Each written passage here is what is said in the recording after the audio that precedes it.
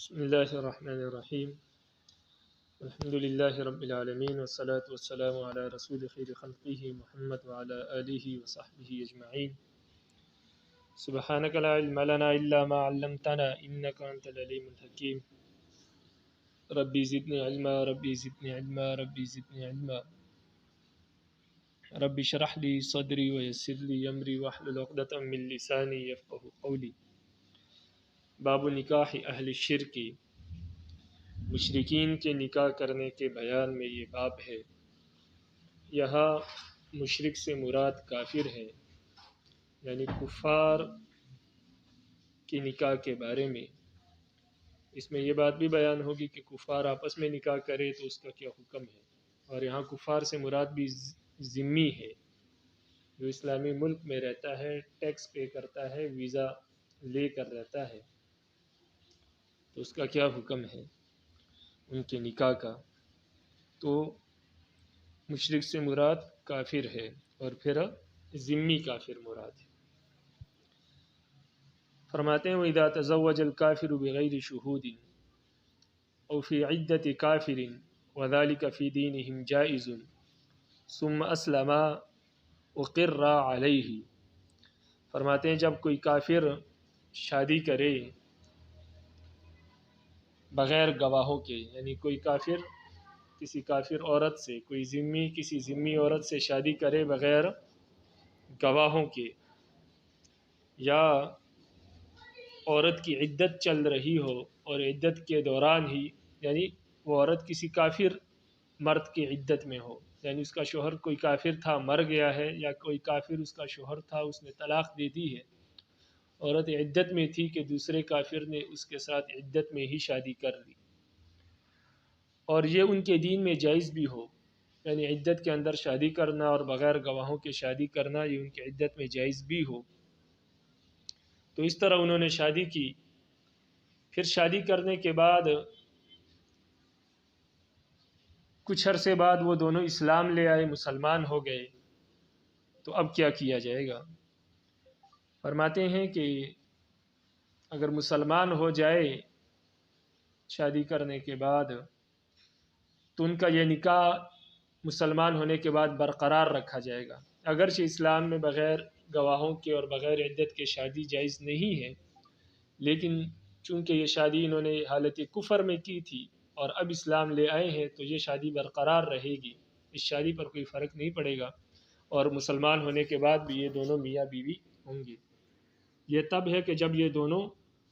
اکٹھے ہی ایمان لے آئے، دونوں ایک ساتھ مسلمان ہو جائیں۔ یہ مسئلہ امام ابو حنیفہ رحمہ اللہ کے ہاں ہے، یعنی ان کے نزدیک ان کا یہ نکاح برقرار رہے گا۔ امام ظفر رحمہ اللہ فرماتے ہیں کہ دونوں صورتوں میں یہ نکاح فاسد ہے،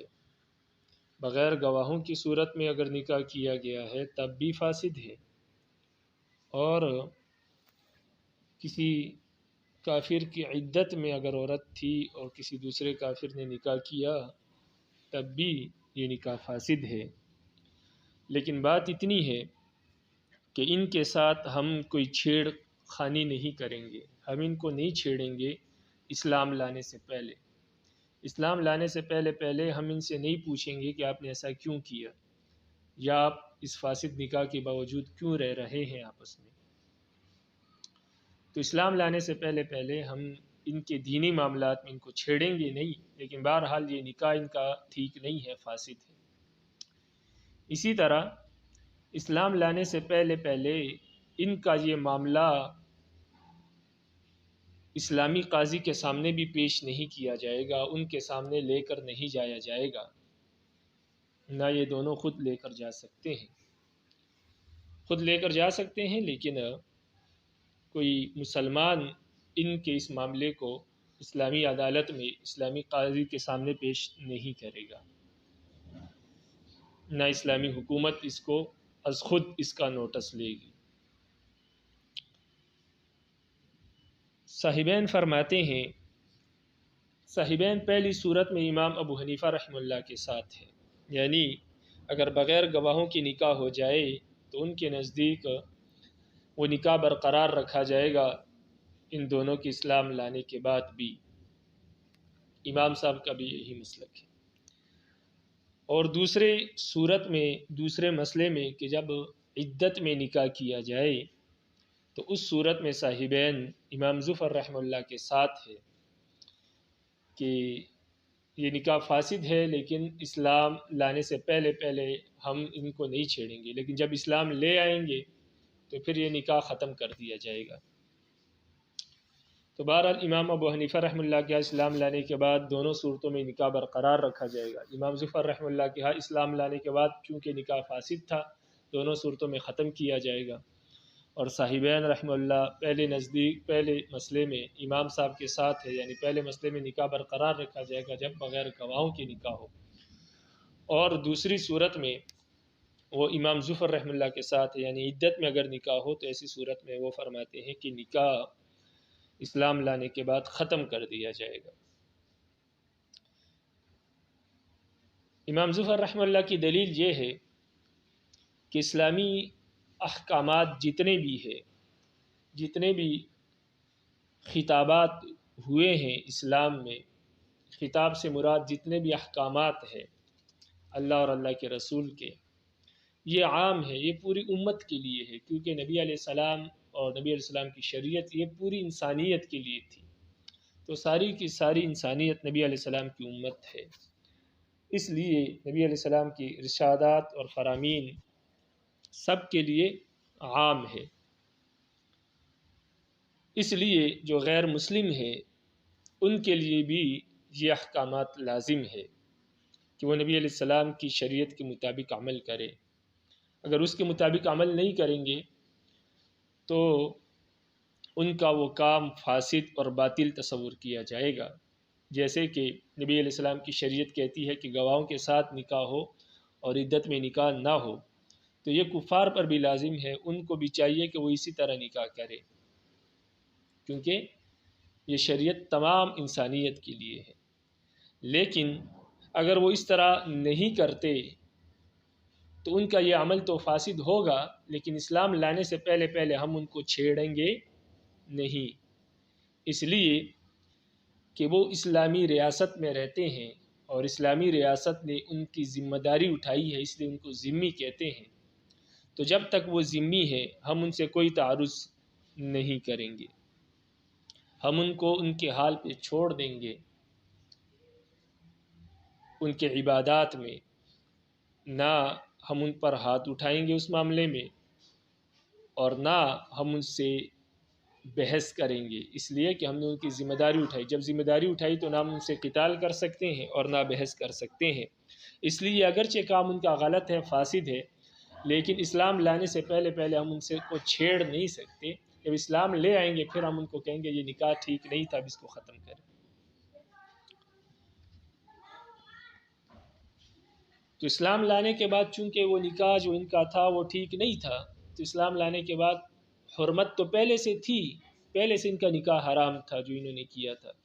لیکن چونکہ اسلام نہیں لائے تھے اس لیے ان سے ہم بحث نہیں کر سکتے تھے، ان کو چھیڑ نہیں سکتے تھے، باز گزشت نہیں کر سکتے تھے۔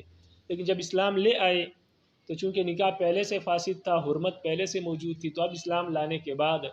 اب مسلمانوں کو یہ اختیار مل گیا ہے کہ اب ان کی نکاح کو ختم کیا جائے، ان میں تفریق کر دی جائے۔ امام ظفر رحمہ اللہ کا مسلک ہے۔ صاحبین فرماتے ہیں کہ اصل میں دو چیزیں ہیں، دوسری صورت میں جو مسئلہ ہے وہ عدت میں نکاح کرنے کا ہے، اور عدت میں نکاح ناجائز اور حرام ہے، اس میں تمام مسلمانوں کے اتفاق ہے، اور بغیر گواہوں کے جو نکاح ہے اس میں تمام امت کا اتفاق نہیں ہے۔ امام مالک رحمہ اللہ وغیرہ کے نزدیک بغیر گواہوں کی بھی نکاح ہو جاتا ہے، اس لیے اس مسئلے میں اختلاف ہے۔ تو صاحبین فرماتے ہیں کہ جب ذمی ہمارے ملک میں اسلامی ریاست کے تحت رہتے ہیں اور یہ عہد کرتے ہیں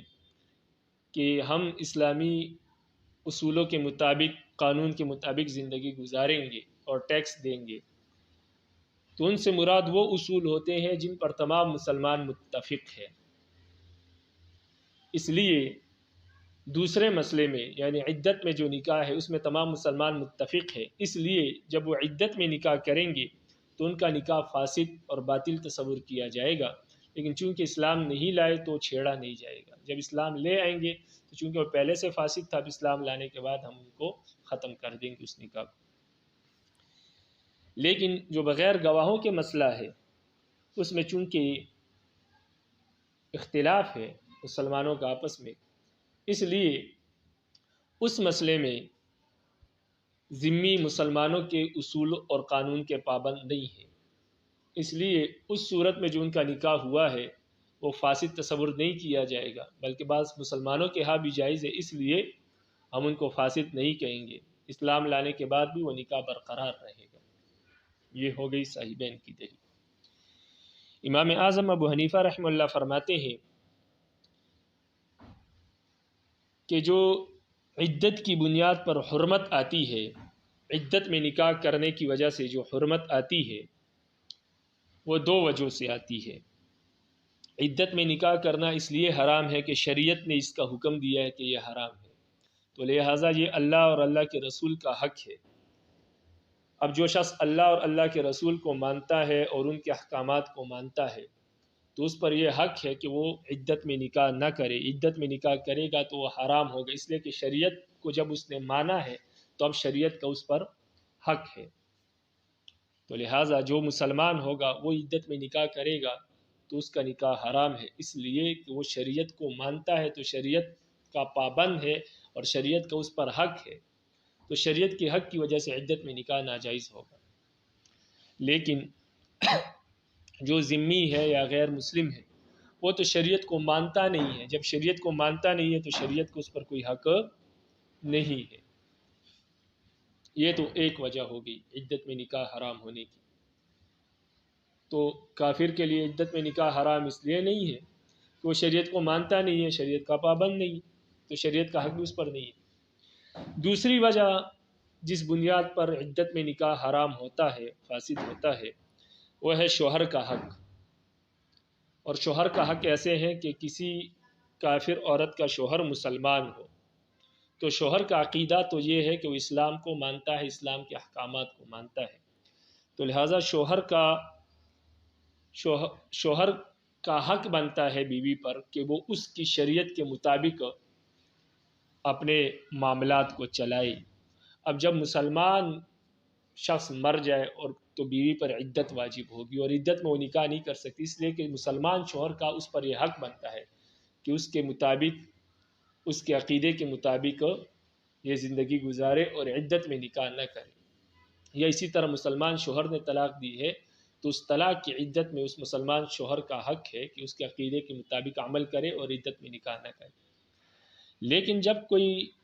کافر عورت کسی کافر کے نکاح میں تھی اور وہ کافر مر گیا یا اس نے طلاق دے دی، تو اب اس کافر مرد کا بھی اس عورت پر کوئی حق نہیں ہے، اس لیے کہ اس کافر کا خود عقیدہ یہ نہیں ہے کہ عدت میں، یعنی کیونکہ اس کافر کے نزدیک بھی عدت میں نکاح جائز تھا، اس لیے اس کافر کا بھی یہ حق نہیں بنتا کہ عورت پر یہ لازم ہو اور شوہر کا حق ہو کہ وہ عدت میں نکاح نہ کرے، چونکہ اس کا شوہر بھی مسلمان نہیں اور ایسا کافر ہے جس کے نزدیک عدت میں نکاح جائز ہے، تو لہٰذا نہ شوہر کا حق ہے عورت پر اس معاملے میں اور نہ شریعت کا حق ہے، اس لیے کہ شریعت کی وہ پابند نہیں ہے، کافرہ ہے، اور شوہر کا یہ عقیدہ نہیں ہے کہ عدت میں نکاح ناجائز اور حرام ہے، تو لہٰذا جب شریعت کی پابند نہیں ہے، شریعت کا حق نہیں رہا، عورت کا یہ عقیدہ، شوہر کا یہ عقیدہ نہیں تھا تو شوہر کا بھی حق نہیں رہا۔ جب شوہر کا اور شریعت کا اس پر حق نہیں ہے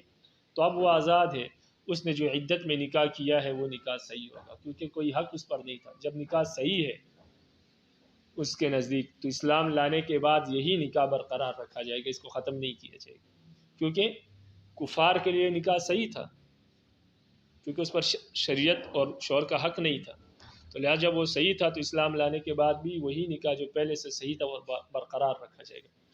لیکن امام ظفر رحمہ اللہ کے نزدیک تو صحیح نہیں ہے پہلے سے ہی، تو ان کے نزدیک اسلام لانے کے بعد ختم کیا جائے گا۔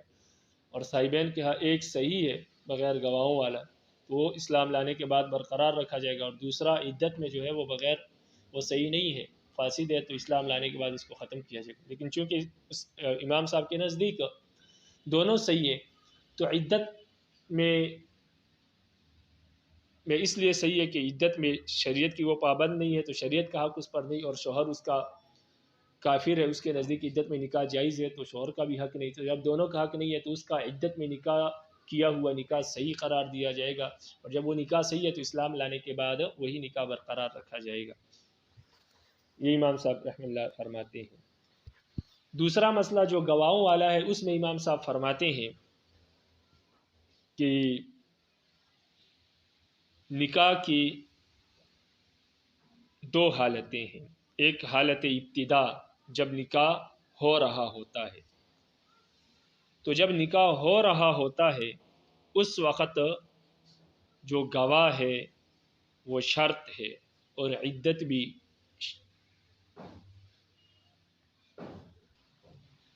تو جب کیا کہتے ہیں نکاح ہو رہا ہوتا ہے اس وقت گواہ شرط ہے اسلام میں،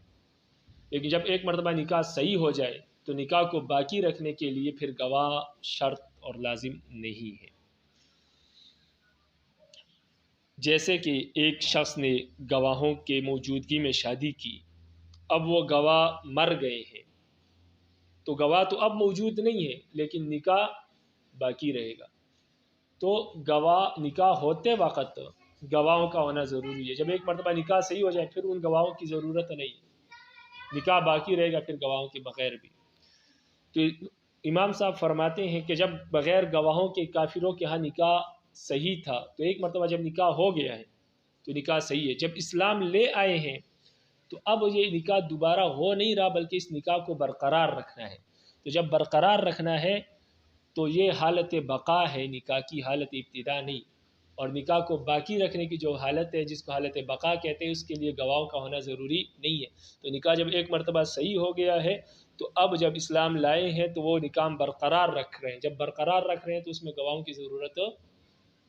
نہیں ہے۔ اس لیے اگر پہلے سے بغیر گواہوں کی نکاح ہو گیا تھا تو اب جب ابتداً صحیح ہو گیا تھا کیونکہ یہ دونوں کافر تھے، تو اب بقاً حالت بقا کے اعتبار سے بھی وہ صحیح رہے گا، اب ہم اس کو ختم نہیں کریں گے، کیونکہ بقا کی حالت میں گواہوں کا گواہ شرط نہیں ہے۔ جب گواہ شرط نہیں ہے اسلام میں تو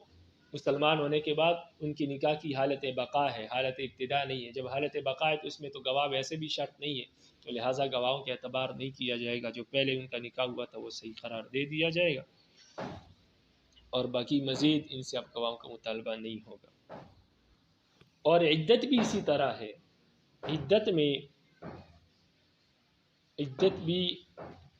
نکاح کی منافی نہیں ہے۔ ایسا ممکن ہے کہ عدت ہو عورت پر ہو اور نکاح بھی باقی رہے، حالت بقا کے ساتھ عدت بھی باقی رہ سکتی ہے۔ جیسے کہ ایک عورت سے کسی نے شبے میں صحبت کر لی، شبہ یہ تھا کہ مرد کو لگا کہ اس کا شوہر فوت ہو گیا ہے اور اس نے شادی کر لی اور پھر اس کے ساتھ صحبت کی، بعد میں معلوم ہوا کہ شوہر فوت نہیں ہوا، زندہ ہے۔ تو جب شوہر زندہ ہے تو یہ دوسرا نکاح جو دوسرے بندے نے کیا تو یہ نکاح نہیں ہوگا، یہ نکاح خود بخود ختم ہو جائے گا، یہ نکاح ہوا ہی نہیں ہے کیونکہ شوہر زندہ تھا، جب زندہ تھا تو کیسے نکاح ہو گیا، نکاح ختم ہی نہیں ہوا تھا پہلے والا، تو دوسرا ہوا نہیں ہے۔ لیکن اس کے باوجود جو دوسرے بندے نے جو صحبت کی ہے اس کی بنیاد پر عورت پر عدت لازم ہوگی، تو لہٰذا عورت عدت بھی گزارے گی اور پہلے والا نکاح بھی باقی رہے گا، تو حالت بقا کے ساتھ عدت بھی گزار سکتی ہے، یعنی حالت بقا عدت کے منافی نہیں ہے اور عدت حالت بقا کے منافی نہیں ہے۔ اسی طرح گواہ جو ہے وہ حالت بقا کے منافی نہیں ہے۔ تو امام صاحب فرماتے ہیں دونوں مسئلوں کے متعلق، جب ایک مرتبہ عدت میں نکاح صحیح ہو گیا اور اسی طرح گواہوں کے بغیر نکاح صحیح ہو گیا کیونکہ دونوں کافر تھے، تو اب اسلام لانے کے بعد نکاح کی حالت بقا ہے اور حالت بقا اس کے منافی نہیں ہے، تو لہٰذا بغیر گواہوں کے بھی نکاح برقرار ہو سکتا ہے اور عدت کے ساتھ بھی نکاح برقرار ہو سکتا ہے، تو لہٰذا وہی نکاح برقرار رکھا جائے گا۔ اب آپ کتاب کو دیکھیں، فرماتے ہیں وَإِذَا تَزَوَّجَ الْكَافِرُ بِغَيْرِ شُهُودٍ أو في عدة كافر وذلك في دينهم جائز ثم أسلم وقر عليه وهذا عند أبي حنیفہ۔ فرماتے ہیں جب کوئی کافر بغیر گواہوں کے شادی کرے یا کوئی کافر عدت میں شادی کرے اور یہ ان کے دین میں، یہ دونوں صورتیں ان کے دین میں جائز بھی ہو، پھر وہ دونوں اسلام لے آئے تو اس نکاح کو برقرار رکھا جائے گا، اور یہ امام ابو حنیفہ رحمہ اللہ کے نزدیک ہے۔ وقال زفر النکاح فاسد فی الوجہین، امام زفر فرماتے ہیں کہ دونوں صورتوں میں نکاح فاسد ہوگا، الا انہ لا یتعرض لهم قبل الاسلام، مگر اسلام لانے سے پہلے ان کو نہیں چھیڑا جائے گا۔ والمعارفۃ الی الحکام، اور اسی طرح قاضی اور حکام کے سامنے ان کا یہ معاملہ پیش نہیں کیا جائے گا اسلام لانے سے پہلے۔ وقال ابو یوسف و محمد رحمہ اللہ فی الوجہ الاول کما قال ابو حنیفہ، صاحبین یعنی امام ابو یوسف اور امام محمد پہلی صورت میں یہی فرماتے ہیں جو امام ابو حنیفہ فرماتے ہیں، یعنی امام صاحب کے ساتھ ہے۔ وفی الوجہ الثانی کما قال زفر، اور دوسری صورت میں ان کا مسلک وہ ہے جو امام زفر رحمہ اللہ نے فرمایا۔ لہو، امام زفر کی دلیل یہ ہے کہ ان الخطابات عامۃ علی ما مر، وہ فرماتے ہیں کہ اسلامی احکامات، خطابات سے مراد اسلامی احکامات جو ہے وہ عام ہے، جیسے کہ پہلے بھی ایک مرتبہ مسئلہ گزر چکا۔ تو جب اسلامی احکامات عام ہیں فتلزمہم، تو یہ کفار کو بھی لازم ہے، ہماری شریعت کے جتنے بھی احکامات کفار پر بھی یہ لازم ہے۔ لیکن وَإِنَّمَا لَا يُتَعَرَّضُ لَهُمْ لِذِمَّتِهِمْ إِعْرَاضًا لَا تَقْرِيرًا، فرماتے ہیں کہ لیکن ہم ان سے تعارض نہیں کریں گے، اگرچہ انہوں نے اسلام کے مطابق عمل نہیں کیا تو ان کا یہ عمل فاسد ہے، لیکن اس کے باوجود ان سے تعارض نہیں کیا جائے گا، ان کو چھیڑا نہیں جائے گا، نہ نہ ان سے بحث و مباحثہ کی جائے گی اس معاملے میں، اس لیے لذمتہم، اس لیے کہ ان کی ذمہ داری ہم نے اٹھائی ہے، وہ ذمہ ہے۔ وَإِذَا تَعَارَفُوا أَوْ أَسْلَمُوا، لیکن جب وہ دونوں خود اپنا معاملہ کسی حاکم کے پاس لے جائے، اس کے سامنے پیش کرے، یا دونوں مسلمان ہو جائے، والحرمت قائمۃ، تو وہ حرمت، وہ نکاح تو پہلے سے ان کا فاسد تھا، پہلے سے حرام تھا، تو اب جب قاضی کے سامنے دونوں نے پیش کر دیا کہ اسلام کے مطابق ہمارا فیصلہ کرے، یا دونوں مسلمان ہو گئے، تو وہ حرمت تو پہلے سے تھی، نکاح پہلے سے درست نہیں تھا، امام ظفر رحمہ اللہ کے ہاں جب پہلے سے درست نہیں تھا تو وجب التفریق، تو لہٰذا دونوں کے درمیان جدائیگی ڈال دی جائے گی اور وہ نکاح ختم کر دیا جائے گا۔ وَلَهُمَا، صاحبین کی دلیل یہ ہے، ان حرمت نکاح المعتدۃ مجمع علیہا، فرماتے ہیں کہ معتدہ کے ساتھ، یعنی جس پر عورت عدت میں ہو، تو عدت میں نکاح جو ہے وہ حرام ہے، اور اس پر تمام مسلمانوں کے اتفاق ہے۔ فَكَانُوا مُلْتَزِمِينَ لَهَا، تو لہٰذا اس مسئلے میں تو وہ مسلمانوں کے اور اسلام کی شریعت کے اور اسلام کے پابند رہیں گے، لہٰذا جب بغیر عدت میں انہوں نے نکاح کیا تو یہ نکاح ان کا فاسد ہوگا، کیونکہ اس معاملے میں وہ مسلمانوں کی شریعت اور قانون کے پابند تھے، تو لہٰذا یہ نکاح جب فاسد ہے تو اسلام لانے کے بعد یہ ختم کر دیا جائے گا۔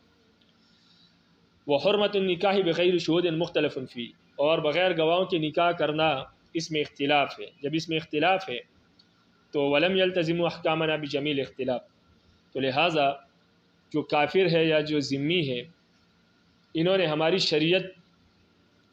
کی پاسداری اور اس کا حلف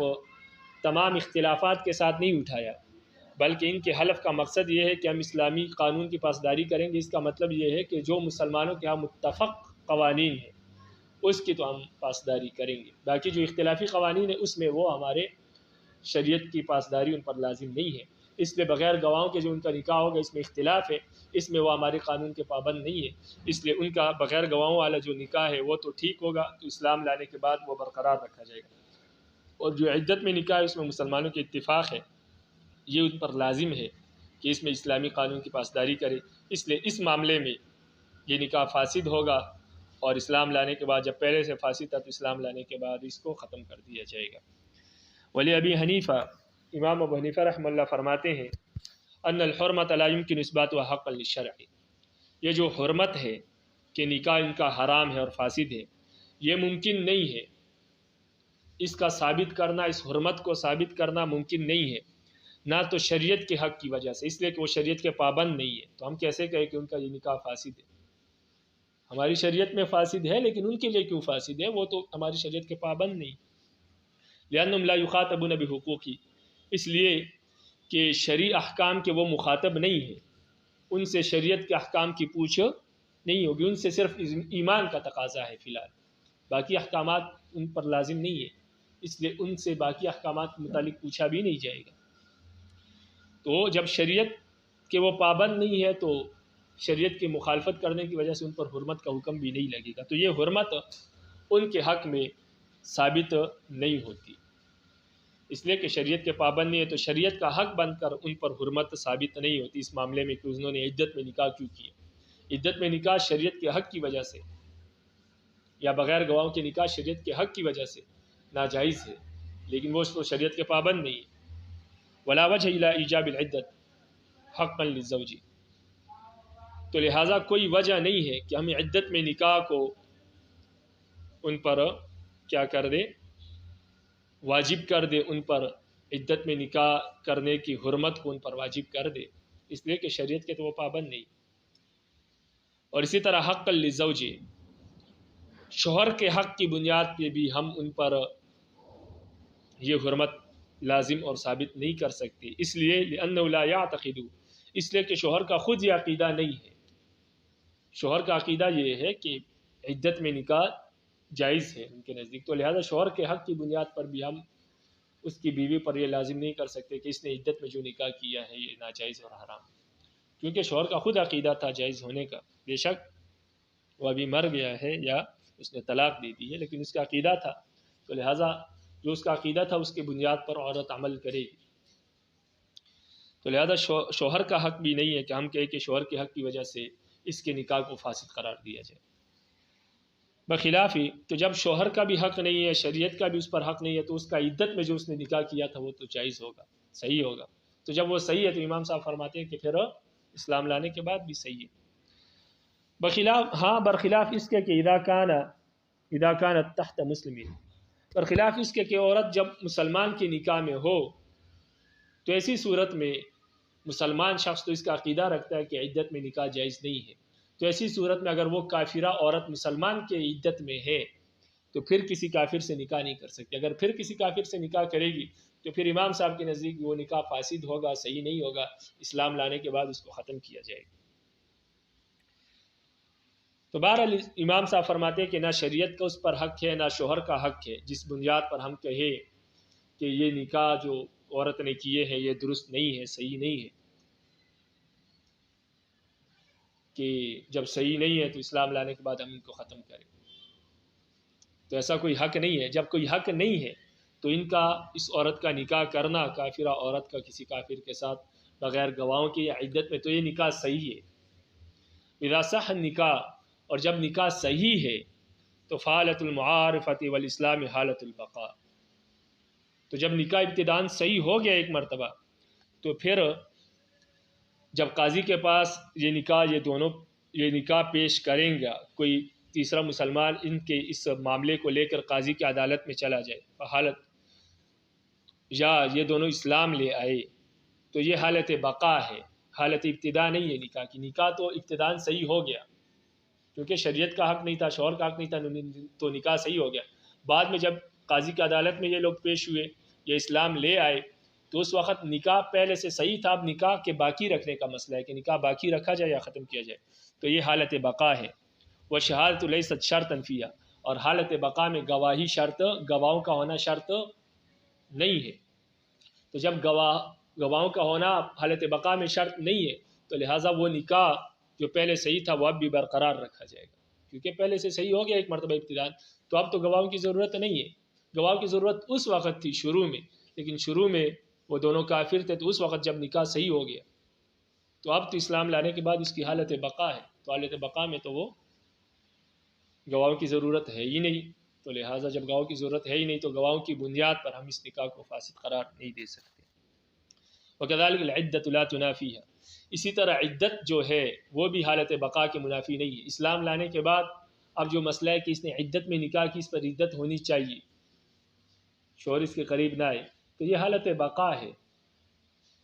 ابتداً جب اس نے نکاح کیا تو اس وقت شریعت اور شوہر کا حق نہیں تھا، تو اس وقت نکاح صحیح ہو گیا. جب اس وقت نکاح صحیح ہو گیا تو اب اسلام لانے کے بعد تو اس نکاح کو باقی رکھنے کی حالت ہے کہ نکاح کو باقی رکھا جائے یا ختم کیا جائے. تو یہ حالت بقا ہے، اور حالت بقا میں جو ہے وہ عدت کی منافی نہیں ہے. تو لہٰذا جب عدت کی منافی نہیں ہے تو ہم کہیں گے یہ عدت گزارش اور اس کے قریب نہ ہے، لیکن نکاح برقرار ہے. جیسے کہ کل منکوحۃ اذا وطئت بشبہ، جیسے کہ کوئی عورت کسی کی نکاح میں ہے اور اس سے شبے کی بنیاد پر صحبت کر لی جائے. اس کی میں نے مثال دی تھی کہ کوئی شخص زندہ ہے لیکن یوں سمجھا گیا کہ وہ مر گیا، فوت ہو گیا، اور اس عورت سے کسی دوسرے شخص نے شادی کر دی، پھر وہ میاں بیوی کی حیثیت سے رہے. بعد میں پتہ لگا کہ شوہر تو زندہ ہے،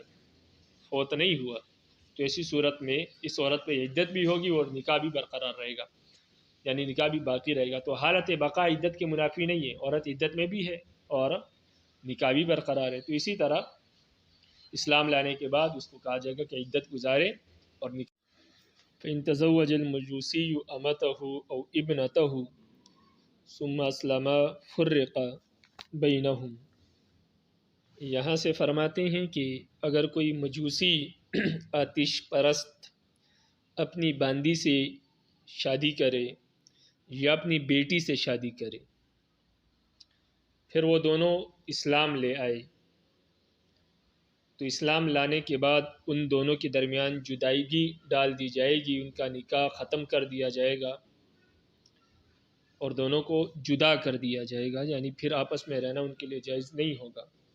اسلامی عدالت اور حکومت یا اسلام لانے کے ساتھ ہی ان پر یہ حکم لازم ہو جائے گا کہ وہ جدا ہو جائے ایک دوسرے سے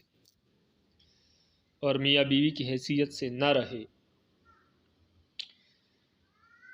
تو امام صاحب کے نزدیک بھی جدائیگی ڈال دی جائے گی اور صاحبین کے نزدیک بھی جدائیگی ڈال دی جائے گی. صاحبین کے نزدیک اس لیے جدائیگی ان کے درمیان ڈال دی جائے گی کہ صاحبین کے نزدیک آپ نے پہلے پڑھ چکے ہیں کہ یہ جو ذمی ہوتا ہے یہ ہر اس مسئلے میں اسلامی شریعت کا پابند ہوتا ہے جس مسئلے میں مسلمانوں کا اتفاق ہو. تو لہٰذا اس مسئلے میں کہ اپنی محارم سے یا اپنی باندی سے نکاح کرنا جائز نہیں ہے، اس میں تمام مسلمانوں کے اتفاق ہے. تو لہٰذا اس مسئلے میں وہ اسلامی شریعت کے پابند ہے. اگر اس کے خلاف وہ عمل کریں گے تو ان کا یہ عمل فاسد اور باطل ہوگا. تو لہٰذا ان کا یہ نکاح محارم کے ساتھ یہ اسلامی شریعت کے خلاف ہے اور اس مسئلے میں تمام مسلمانوں کا اتفاق ہے،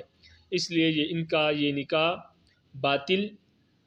اور فاسد ہوگا. لیکن چونکہ اسلام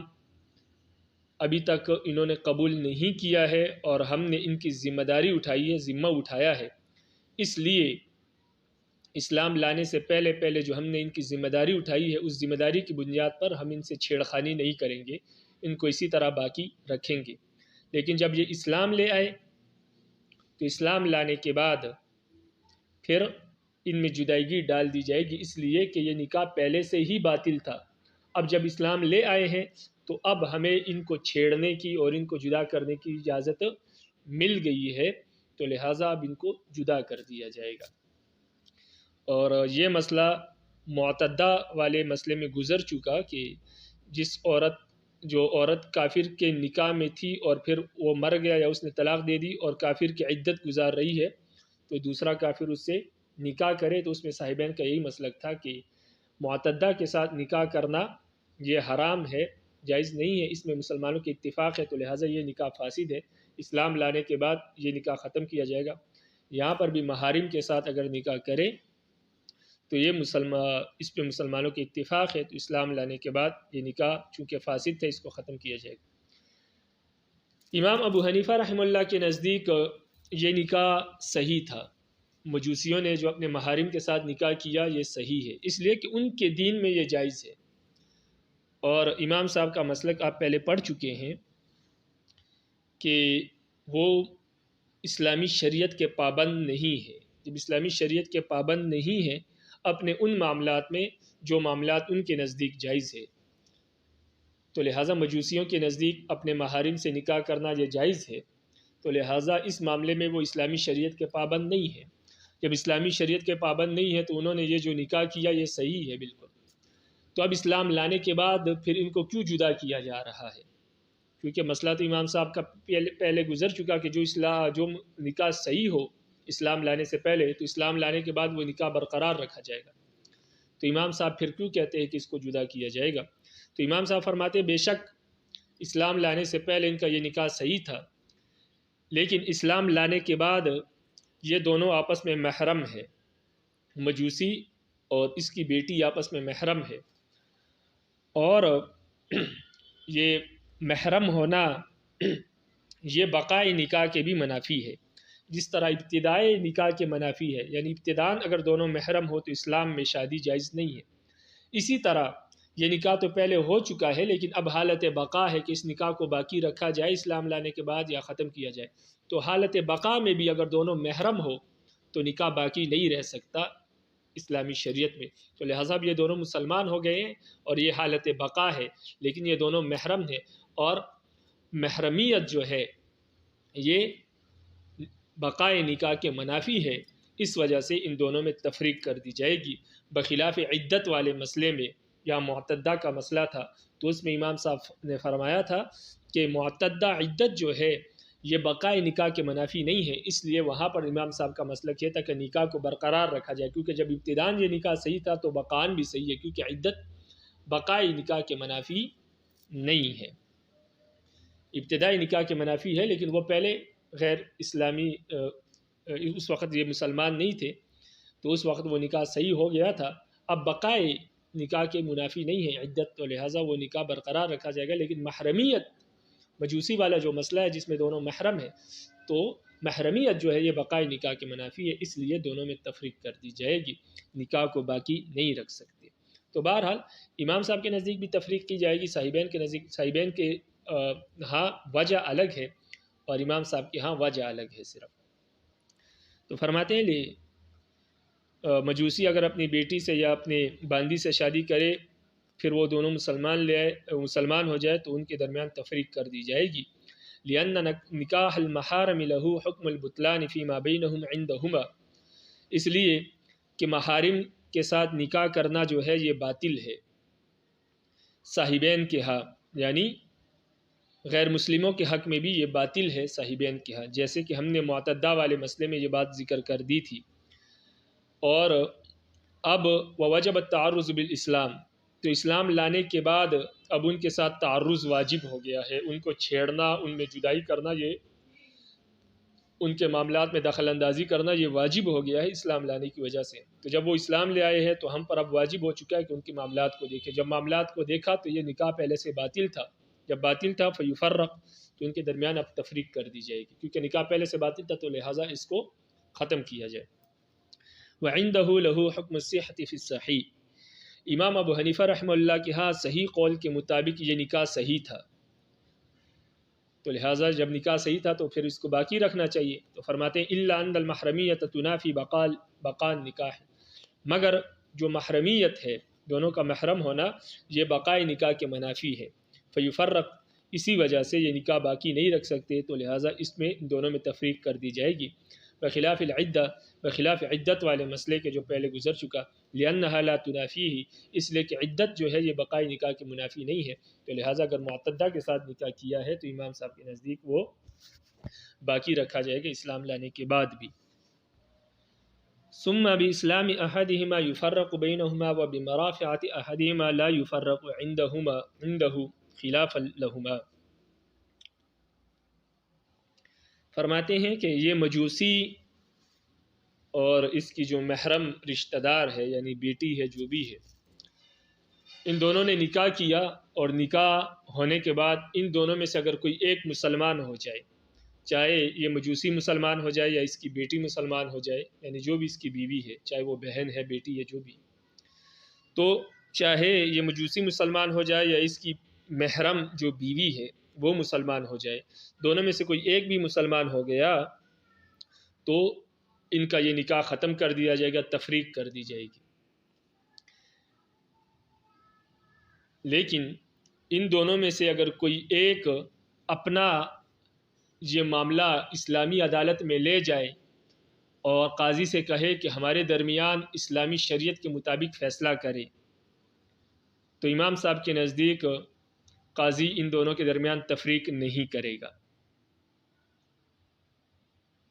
کوئی ایک اسلام لے آئے تب تو قاضی تفریق کرے گا، لیکن دونوں میں سے کوئی ایک قاضی کے پاس چلا جائے اور کہے کہ ہمارا فیصلہ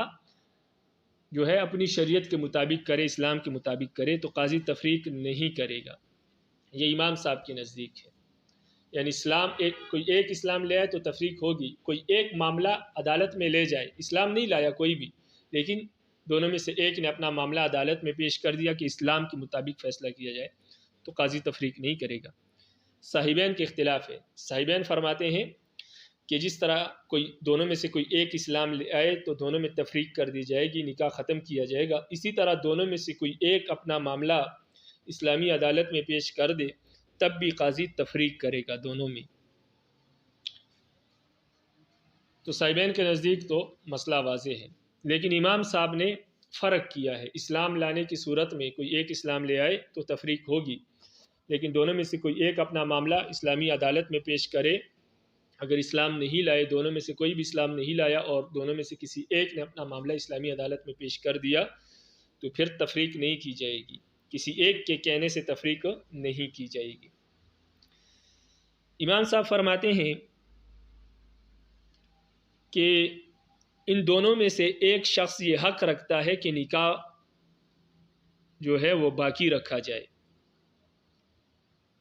یعنی جو قاضی کے پاس نہیں جا رہا وہ یہ چاہتا ہے کہ یہ نکاح باقی رہے، اسلام کے مطابق فیصلہ نہ ہو، تو لہٰذا اس کے دوسرے ساتھی کی وجہ سے یہ نکاح ختم نہیں ہوگا، اس لیے کہ اس کے ساتھی نے جو عقیدہ اس لیے کہ اس کے ساتھی نے جو مسئلہ عدالت میں پیش کیا ہے اس سے اس کا عقیدہ تبدیل نہیں ہوا، صرف اس نے یہ کہا ہے کہ میں اسلامی شریعت کے مطابق فیصلہ کرنا چاہتا ہوں، لیکن اس کا عقیدہ تبدیل نہیں ہوا، وہ ہے اب بھی کافر، اب بھی مجوسی۔ تو لہذا جب عقیدہ تبدیل نہیں ہوا، صرف چاہنے کی بنیاد پر کوئی ایک چاہ رہا ہے کہ اسلامی شریعت کے مطابق فیصلہ ہو، تو اس کی بنیاد پر ہم دوسرے کا جو حق ہے، جو وہ کہہ رہا ہے کہ میرا حق برقرار رہے، تو اس کے حق کو ہم باطل نہیں کر سکتے، اس لیے کہ وہ چاہ رہا ہے کہ نکاح برقرار رہے اور یہ چاہ رہا ہے کہ اسلامی شریعت کے مطابق فیصلہ ہو، نکاح ختم ہو، تو دونوں کے معاملے میں تعارض آ گیا۔ اب دونوں برابر کے ہیں، ایک نکاح کو چاہ رہا ہے، دوسرا نہیں چاہ رہا، تو ہم کسی ایک کو بھی ترجیح نہیں دے رہے، ہم کہہ رہے جس طرح چلا آ رہا ہے اسی طرح چلنے دیں، امام صاحب فرماتے ہیں، اس لیے کہ یہاں کوئی ترجیح بنتی نہیں ہے کہ کس کے بات کو ترجیح دے، ہم کس کی حمایت کریں، جو چاہ رہا ہے اس کی یا جو نہیں چاہ رہا اس کی، تو ہم کسی کو ترجیح نہیں دے رہے، اس لیے کہ کوئی وجہ ترجیح موجود نہیں ہے، اس لیے یہ نکاح اسی طرح برقرار رہے گا اگر دونوں میں سے کوئی ایک اسلامی عدالت میں اپنا مسئلہ دائر کر دے تو۔ باقی دونوں میں سے کوئی ایک اسلام لے آئے تو اس وقت تفریق کیوں کی جائے گی؟ تو فرماتے اس لیے کہ جو بندہ ابھی تک کفر پر اڑا ہوا ہے، اس کا عقیدہ جو ہے اسلام لانے والے عقیدے کے، جس بندے نے اسلام قبول کیا ہے اس کا عقیدہ اسلام والا ہے، اور جو ابھی تک کفر پر مصر ہے، باقی ہے، اس کا عقیدہ کفر والا ہے، اور کفر والا عقیدہ اسلام والے عقیدے کے معارض نہیں ہو سکتا، کیونکہ اسلام کا عقیدہ چاہتا ہے، جو اسلام لایا ہے اس کا مقصد یہ ہے کہ نکاح ختم ہو، کیونکہ اس کا عقیدہ تقاضا کرتا ہے، اور جو کفر پر جس نے ابھی تک اسلام قبول نہیں کیا دونوں میں سے، وہ کافر ہے اب بھی، اور اس کا عقیدہ اور وہ یہ چاہتا ہے کہ نکاح باقی رہے، برقرار رہے، تو اب ٹکراؤ آ گیا